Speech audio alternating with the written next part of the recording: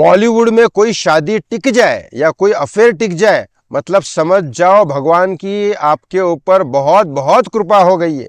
आप तो दुनिया के सबसे बेस्ट कपल हो अगर बॉलीवुड में किसी की शादी टिक जाए या अफेयर टिक जाए। यस, विजय वर्मा और तमन्ना भाटिया का ब्रेकअप हो गया है, अलग हो गए हैं।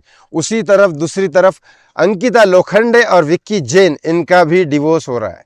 अब आप बताइए, ऐसे कपल भी अगर अलग हो जाएंगे तो क्या होगा।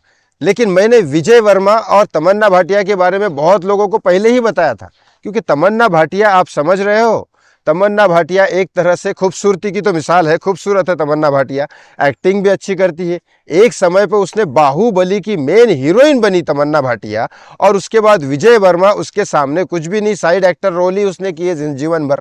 अच्छा एक्टर है, बहुत अच्छा एक्टर है, बहुत अच्छा इंसान भी है, लेकिन साइड एक्टर ही रोल किए। कंपैरिजन के दौर पे विजय वर्मा बहुत नीचे है तमन्ना भाटिया के। लेकिन तमन्ना भाटिया बीच में साजिद खान के चक्कर में पड़ गई, फराह खान का भाई, जिसने एक भी पिक्चर अच्छी नहीं बनाई। लेकिन उसके बाद वो हाउसफुल किसी की मदद से थोड़ी बहुत चल गई, लेकिन बाकी हम शक्ल इतनी घटिया पिक्चरें बनाई, उसके प्यार में पड़ गई। उसके बाद जो तमन्ना भाटिया का नाम खराब हुआ है, उसके बाद सुधरा ही नहीं। तब उसको विजय वर्मा ही मिलना था, तो विजय वर्मा मिला। लेकिन अब दोनों का कहना यह है कि भाई, आप जैसे जिससे प्यार करते हो, वो जैसा है वैसे उससे प्यार करो। अगर आप उसको बदलना चाहते हो तो आप प्यार नहीं करते हो, आप उसे शरीर से प्यार करते हो। ये बात तो सही है, क्योंकि अगर आप किसी से प्यार करते हो तो वो जैसा है उससे वैसे प्यार करते हो, और अगर आप उसको बदलना चाहते हो तो आप अपना अहंकार उसके अंदर डाल के आपको जैसा चाहिए वैसा बदल रहे हो, तो आप उसको सिर्फ शरीर की तरफ से पसंद किया आपने। तो ये तमन्ना भाटिया ने कहा कि वो मुझे चेंज करना चाहते हैं और मैं कभी चेंज नहीं हो सकती। ये बात सही किया आपने।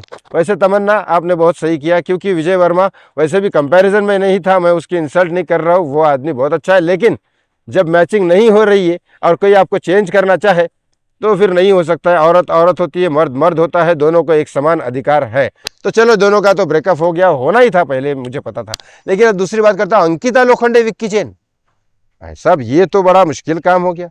अंकिता लोखंडे एक तरह से विक्की जैन के पास गई, विक्की जैन ने शादी का प्रपोजल दिया, दोनों की शादी भी हो गई। अंकिता लोखंडे एक समय सुशांत सिंह राजपूत की गर्लफ्रेंड हुआ करती थी, 6 साल का अफेयर था। उसके बाद काफ़ी समय खाली थी, उसके बाद विक्की जैन के साथ शादी हुई है, बहुत साल की दोस्ती थी, शादी में कन्वर्ट होगी। उसके बाद दोनों बिग बॉस में गए।